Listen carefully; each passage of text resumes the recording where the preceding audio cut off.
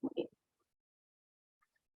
Gracias, Karen Cuellar, por recordármelo. No iba a grabar, pero no está de más para tener esta presentación grabada por si la quieren después ver otra vez. Muchas gracias. Bueno, no sé por qué. Ya, ¿verdad? Ya. Muy bien. Entonces, bueno, vamos a hablar el día de hoy de los murales de la Secretaría de Educación Pública, la creación de un nuevo lenguaje. Pues resulta que en 1921 el entonces presidente Álvaro Obregón, nombró a José Vasconcelos como titular de la SEP. Y bueno, la tarea más importante de la Secretaría de Educación Pública era dar educación a los mexicanos. Vasconcelos vio la necesidad de contar con un edificio que albergara los departamentos escolar, de bibliotecas y de bellas artes. Pero cuando la remodelación del edificio terminó, pues él pensó que no reflejaba a la cultura nacional, ¿no? Entonces comisionó a varios artistas a que plasmaran las ideas generadas de la revolución en los muros de los edificios públicos. Y uno de los primeros edificios fue precisamente el de la Secretaría de Educación Pública. Sin embargo, como dice Luis Martín Lozano, es importante establecer que estas ideas no fueron generadas en la revolución, sino desde una conciencia gestada desde el porfiriato. Todos ellos, desde Vasconcelos hasta los artistas muralistas, tuvieron una formación de finales del siglo XIX. Entonces, bueno, se dio una transformación paulatina en las mentalidades de los artistas y la verdadera revolución plástica tuvo lugar desde 1923 hasta los años 30. En ese entonces se quería formar una identidad mexicana. Esto se explica en ese entonces porque el país estaba muy dividido. Se quería que los mexicanos se sintieran parte de una sola nación. Entonces se recurre a los artistas para dar estos mensajes y el movimiento muralista pues tuvo un éxito sin paragón en el país por diferentes motivos. En primer lugar, había un índice de analfabetismo del 90%, por lo que cualquiera podía leer los mensajes a través de las imágenes. Y por otro lado, los personajes que eligió Rivera eran trabajadores y campesinos. Reivindicaba las fiestas y los trabajos de estos y ponía el énfasis en las luchas sociales. Estoy cambiando de... Bueno, ya lo voy a dejar así.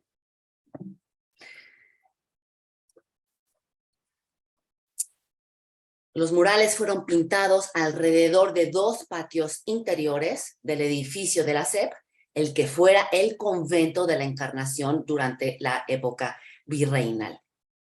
Los murales serían pintados por Diego Rivera, que era el director del proyecto. Él iba a hacer el patio del trabajo y sus ayudantes, Javier Guerrero, Jean Charlotte y Ramón Alba de la Canal, participarían en el patio de las fiestas. También el artista Amado de la Cueva participaría. Pues resulta que a Diego no le gustan los murales o no le gustan las pinturas de los otros artistas.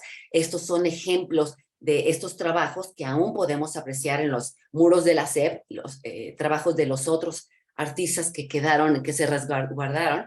De hecho, Diego destruye algunas de estas pinturas, entre ellas un mural muy elogiado por el mismo Vasconcelos de Jean Charlotte. Rivera no estuvo de acuerdo con el trabajo de conjunto porque según él no se había logrado una homogeneidad. Además, se quejó de que en 8 meses sus ayudantes solo habían ejecutado 5 tramos de los 35 programados. Entraron en conflicto, Diego despidió a Charlotte y a De la Cueva, Siqueiros intervino, porque Siqueiros en ese entonces era el secretario general del Sindicato de Pintores. Entonces los pintores regresaron a pintar los escudos heráldicos de los estados de la República Mexicana en la planta alta, que ahora vamos a ver 3 ejemplos muy breves. Y bueno, ellos tenían que pintar 2 de estos escudos por semana y al no cumplir con esto, se les quitó el sueldo. Y por eso De la Cueva se fue. Hay que decir que Rivera trabajaba de 8 de la mañana a 10 de la noche sin comer Y todos sus ayudantes tenían que trabajar o que hacer lo mismo, ¿no? Por lo cual, pues, obvio, no estaban muy contentos. Y esto se debe a que justo antes de comenzar a pintar estos murales, Diego había estado en Italia, donde hizo una investigación exhaustiva de las técnicas de encáustica y el fresco de tradición grecorromana. La encáustica consiste es un aglutinante que se usa tanto para la base como para la fabricación de pinturas, lleva cera de abeja, resina de amar y esencia de trementina, y el fresco, que los murales, como estos frescos que vemos aquí, en los murales de la CEP están cubiertos de frescos, es una pintura realizada sobre una superficie cubierta de 2 capas de cal. Esta última capa tiene que estar húmeda.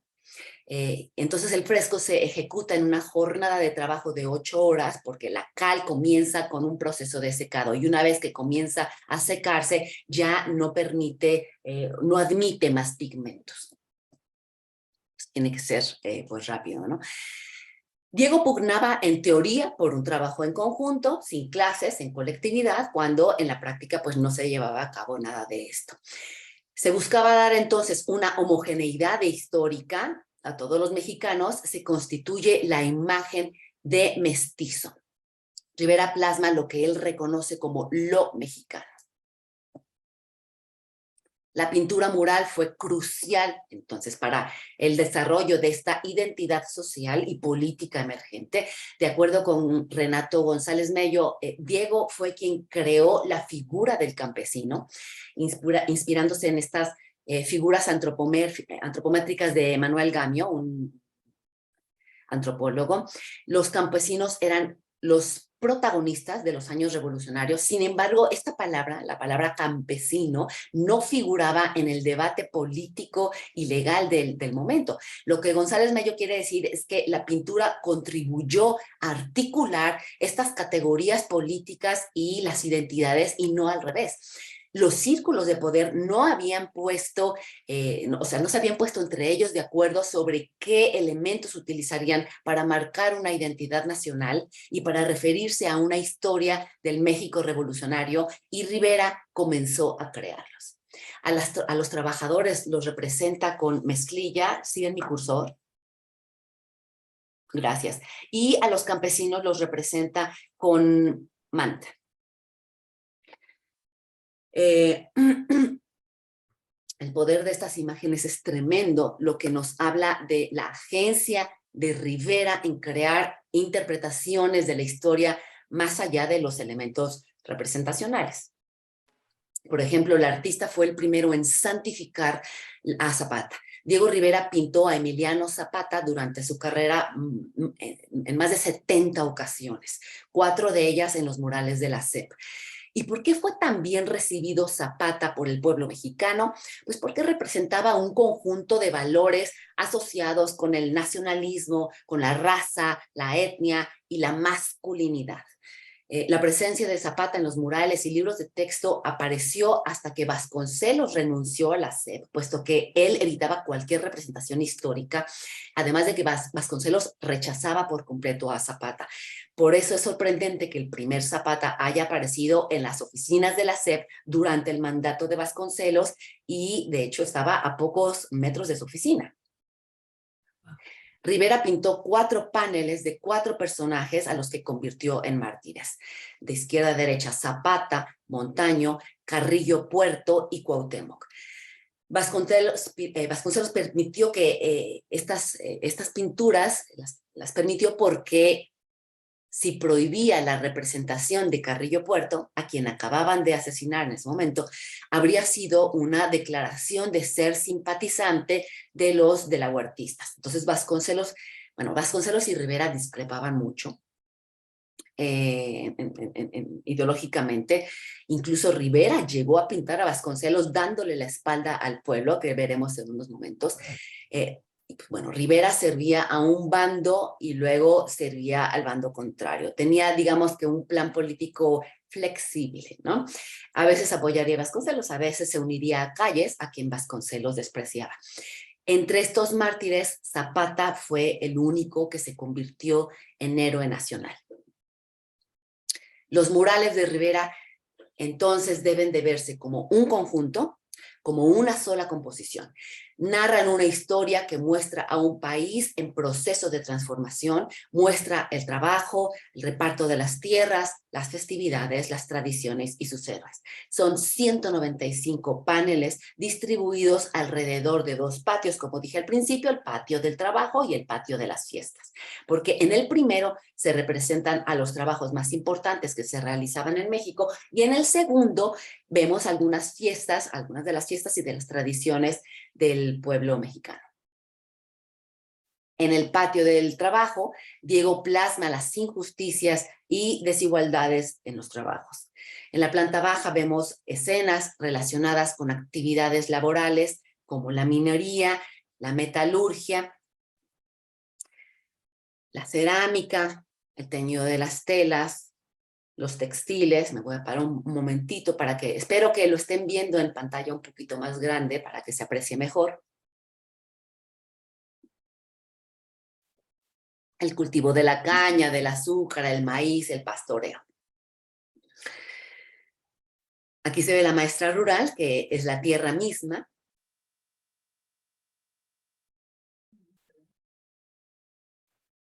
Y en el primer nivel plasma el trabajo intelectual. Estos son unos paneles frescos también, monocromáticos, que los hace a manera de bajo relieve, aunque sí son pinturas. Y en el segundo nivel rinde homenaje a las artes, los héroes e ideas nacionales. Aquí es donde vemos el panel de los héroes mártires que les comenté. Pinta también a las mujeres que representan la esperanza, la energía femenina, simboliza pureza y conocimiento. Utiliza muchas alegorías, como la de la tehuana, que representa el símbolo de resistencia al imperialismo. Recordemos que Diego era comunista, pertenecía al Partido Comunista Mexicano.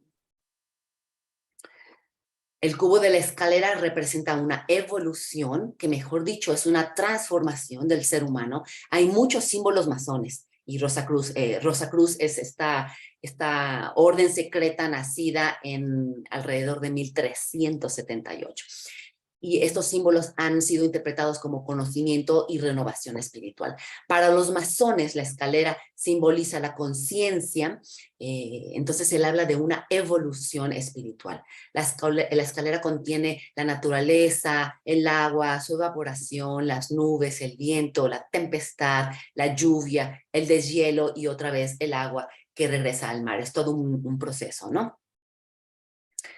Al mismo tiempo pintó la evolución del pueblo. Aquí plasmó a Xochipilli, que es este de acá.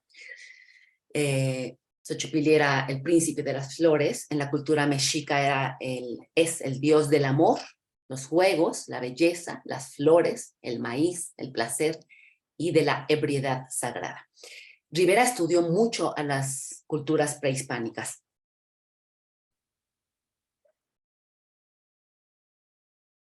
Esto sigue siendo parte de la escalera. En el último nivel vuelve a pintar a la maestra rural, enalteciendo su labor. Y Rivera bocetaba con regla y compás, utilizaba la sección áurea, tan utilizada en el Renacimiento.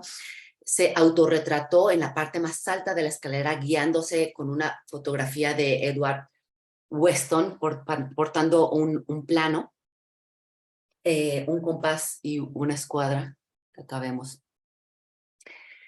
Y se retrata como el gran arquitecto de esta utopía imaginada. Los murales están llenos de símbolos masones, repito, que han sido interpretados como conocimiento y renovación espiritual. Aquí se observan tres personajes, que es el arquitecto, el escultor y el pintor, que son interpretados como los tres grados de la masonería. Y también estas tres artes eran consideradas como las bellas artes, y cualquier otra cosa que no fuera arquitectura, pintura o escultura eran consideradas artes menores. En la planta baja del patio de las fiestas, el patio de las fiestas es en lo personal mi favorito, el que más me gusta, porque están las celebraciones mexicanas. Podemos ver a la sandunga, la fiesta fúnebre, estos son paneles llenos de color, como ven. La fiesta del maíz, aquí vemos al campesino en medio como si se tratara de una deidad. Y el uso de amarillos es muy bonito en Rivera, realza, o de los ocres que también vimos hace rato, realza al maíz como si fuera oro, lo mismo con los sombreros de los campesinos. Vemos este amarillo, ocres en otras pinturas donde se representa la tierra misma, no sé si recuerdan cuando estaba la maestra rural. Y las 3 fiestas de la multitud, la feria y peregrinación, la dotación de las tierras, la fiesta del trabajo, la danza del venado.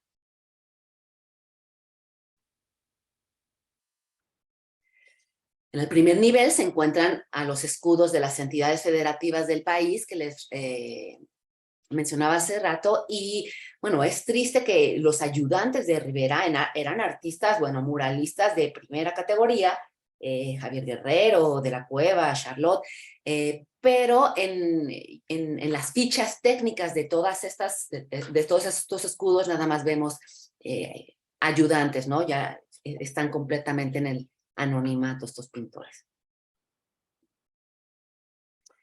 En el segundo nivel son escenas vinculadas con las luchas sociales revolucionarias. En conjunto, todos estos paneles se conocen como el corrido de la revolución proletaria. Aquí sobre todo es donde aparecen muchos personajes famosos y no famosos. Digo no famosos porque Diego retrató a personajes de a pie que estaban en ese momento o trabajando o pasando por en la Secretaría de Educación Pública, mientras él pintaba, ¿no? El señor de la limpieza o la señora de la limpieza, etcétera, y pues ahí están retratados. Aquí vemos a uno de los paneles más famosos, seguramente ya lo han visto, que se llama El Arsenal, a Frida como el personaje principal, entregando armas a los revolucionarios, y otros personajes del Partido Comunista Mexicano, como a Tina Modotti, que vemos aquí a la derecha, a su izquierda a Julio Antonio Mella, David Alfaro Siqueiros, a la izquierda, bueno, atrás de Tina Modotti también está Vittorio Vidali, que este es un personaje terrible.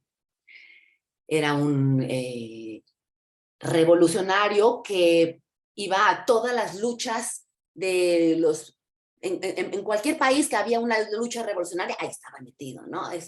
Lo perseguían en Estados Unidos, y de hecho mató a Julio Antonio Mella, que era esposo de Tina Modotti, y después, curiosamente, Tina Modotti termina siendo pareja de Vittorio Vidali. Y ella en uno de sus diarios escribe que la orilló a cometer un crimen terrible y que lo odiaba y lo despreciaba y era el ser más vil de este planeta. Seguramente no se separaba de él por miedo, no lo sé. Pero bueno, si vemos la historia de cada uno de estos personajes, bueno, nunca terminamos y puede ser fascinante, ¿no? En muchos paneles Diego hace uso de la sátira. A la derecha vemos este panel de los sabios, donde Rivera ridiculiza a los personajes de la cultura. A la derecha está Vasconcelos sentado ay, no sé si, déjenme quitar esto. Está Vasconcelos sentado sobre un elefante blanco dándole la espalda al pueblo, que muchos interpretan que en realidad le había dado la espalda al mismo Diego, ¿no? Entonces ya Diego dijo, me da la espalda a mí, le da la espalda al pueblo, ¿no?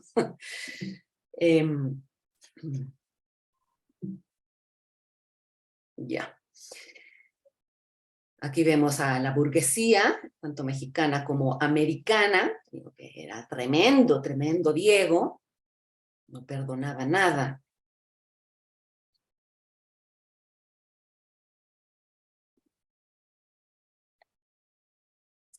Los revolucionarios los pone como héroes, evidentemente, y en este panel plasma en el centro a una revolucionaria, Ah, pues es que me metí muy rápido.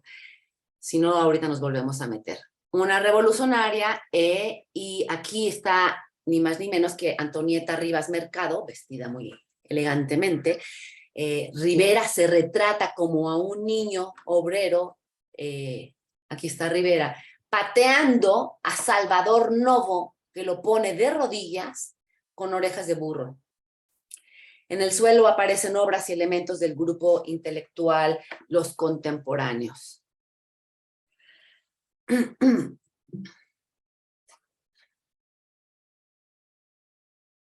Bueno, pues los murales de la SEP tienen claras influencias europeas. Los críticos de arte dicen que se observan influencias de los pintores primitivistas como Cézanne, Gauguin, Seurat, influencias del cubismo. Recordemos que Diego tuvo su periodo cubista, de Giotto, el Greco, de Courbet. Tiene influencias de las pinturas de las pulquerías, de los corridos revolucionarios, por supuesto del arte prehispánico, de la propaganda comunista, y bueno, todo este sincretismo fue el inicio de un nuevo lenguaje en México, y me atrevería a decir que en América Latina también fue de gran influencia. Ay. Y bueno, no solo Diego Rivera, sino también los demás artistas muralistas se inspiraron en una serie de movimientos artísticos europeos, como el del Renacimiento. Ya ayer les contaba yo de la sección Aura, veíamos la perspectiva, etcétera, ¿no? El postimpresionismo, el cubismo, el expresionismo, el simbolismo y el surrealismo. Algunos de ellos vivieron en Europa a finales del siglo XIX y principios del XX, como en la ciudad de París, que era el centro de las artes en ese momento. Los artistas más destacados del movimiento muralista mexicano fueron José Clemente Orozco, Diego Rivera y David Alfaro Siqueiros, conocidos colectivamente como los Tres Grandes, y que tendrían el monopolio básicamente de los encargos artísticos por parte del Estado. Por eso es que otros artistas, de otros artistas muralistas no conocemos quizá tanto, porque de verdad los tres grandes acapararon todo, ¿no? Y bueno, las vanguardias de principios del siglo XX fueron importantísimas, no solo para los muralistas mexicanos, sino también para artistas de todo el mundo. Y es por eso que los quiero invitar a un curso de 4 sesiones que voy a dar solo de las vanguardias de principios de siglo XX, de 1900 a 1930, que es un periodo importantísimo, crucial. Y bueno, solo vamos a ver la obra de artistas mujeres que tuvieron una gran influencia en todo el arte que se iba a generar en el resto del siglo XX. Entonces los invito y las invito, van a tener, les voy a mandar un correo próximamente con toda la información para quien esté interesado. Y bueno, pues eso es todo. Les dejo las referencias de los murales y bueno, pues no sé si tengan algún comentario acerca de los murales. Qué rápido se me pasó. ¿Perdón? Qué rápido se me fue. Fue muy rápido, ¿verdad? Ya media hora. Tengo una pregunta.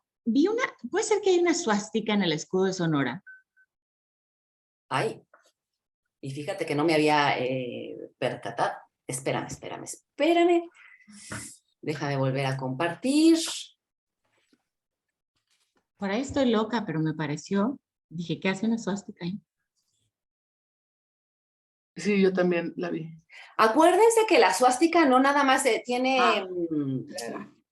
no simboliza al Nazismo nada más. Sí. Sino también era... claro. Viene desde la cultura hindú de siglos atrás. Exactamente, desde siglos atrás. Es de un simbolismo tremendo en varias culturas, de hecho. Entonces, bueno, se apropiaron de ella los nazistas, pero no significa que sea un símbolo nazi, y habría que investigar por qué Sonora utiliza este símbolo y si es quizá también un símbolo esotérico. o o prehispánico, quizá, no lo sé, ignoro. Si quieren, se Ujú. los investigo.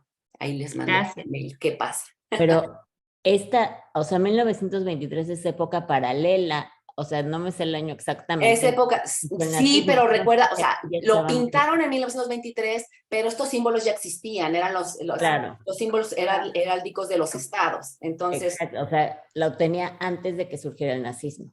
No, así, claro. Ujú. así es. Yo también vi, creo que es en la que sigue, no estoy segura, pero anoté que quería preguntar. Hay una que se llama El Pan Nuestro. ¿Es Diego Rivera el que está sentado como así al final de la mesa? Puede ser porque se autorretrataba mucho y en los paneles vamos a ver muchos retratos de él. Creo que sale 3 veces. Sí, digo, hace sentido porque el Pan Nuestro, ese que figura debiera ser Jesús, ¿verdad? Y no, pues está Diego, no está Jesús, pero pues para él era lo mismo. Ahí, no era eso. No, Ahí aquí está no el está. Pan Nuestro. ¿Es este Diego el del fondo? No. No, no, él no es. ¿Él? Ajá. No, él no es. Ah, ok. No. Pero aquí, bueno, vemos personajes famosos. Aquí también, si ven a cada uno de los personajes, les dicen ahí, bueno, si ustedes se meten también en la página de los murales, es los murales .sep.gov.mx, algo así. Ustedes pongan murales de la Secretaría de Educación donde ya pueden ver mucho más estos murales y escenas, y luego también hay una parte donde dice personajes, y ahí se ven todos los personajes que salen, ¿no? Tanto americanos como, miren aquí cómo viene la Estatua de la Libertad, como mexicanos. Ajá. Qué interesante todo, ¿eh? De verdad. Una Como pregunta. bien decías, acapararon él y los tres muralistas acapararon todo, porque María Izquierdo, pues nunca le permitieron pintar nada ahí, ¿no? Ellos. Aunque, bueno, Porque María era. Izquierdo no era meramente una muralista, que de hecho en el curso que les acabo de invitar vamos a ver a una muralista mexicana, Aurora Reyes, la primera muralista mexicana. Sí, imagínense si ni siquiera permitían a otros hombres muralistas, pues mucho menos a mujeres, ¿no? Ahora nada más cuando dices eran los 3 grandes, pero, y al final nos pusiste unos en donde decía ayudantes, pero al principio que nos enseñaste de otras 2 personas, de Charlotte y de la Cueva, sí están identificados en la Secretaría de Educación Pública. O sea, Los primeros paneles que yo les mostré, el Torito, esos eran Ajá. de Jean Charlotte, el Ajá. Torito eran de la Cueva, y son los únicos que están identificados porque otros los destruyó por completo, Impresión. Ajá. Sí. O sea, están increíblemente hermosos los de Rivera, pero los de estos hombres también están padrísimos. Sí, o sea, esto que él decía, no hay homogeneidad, era porque no eran el estilo propio de Rivera, ¿no? Ahora, claro. creo que vale la pena que sigamos porque se me va a acabar esto, todavía para el curso sí va a durar 1:30 cada sesión, son 4 sesiones, solamente. 1:30, y voy a tener el Zoom disponible por todo el tiempo, el Pro, pero todavía hoy no lo tuve. Si quieren y paramos y los vuelvo a invitar. Sí. Bueno. Gracias por este tiempo. Nos mandan información de qué días va a ser, ¿verdad? O sea, ahorita la invitación les va a llegar por mail y van a ser o sábados a las 10 de la mañana, de 10 a 11:30, o lunes de 6:30 de la tarde a 8 de la noche. Es a escoger cualquiera de los 2 horarios y solo son 4 sesiones.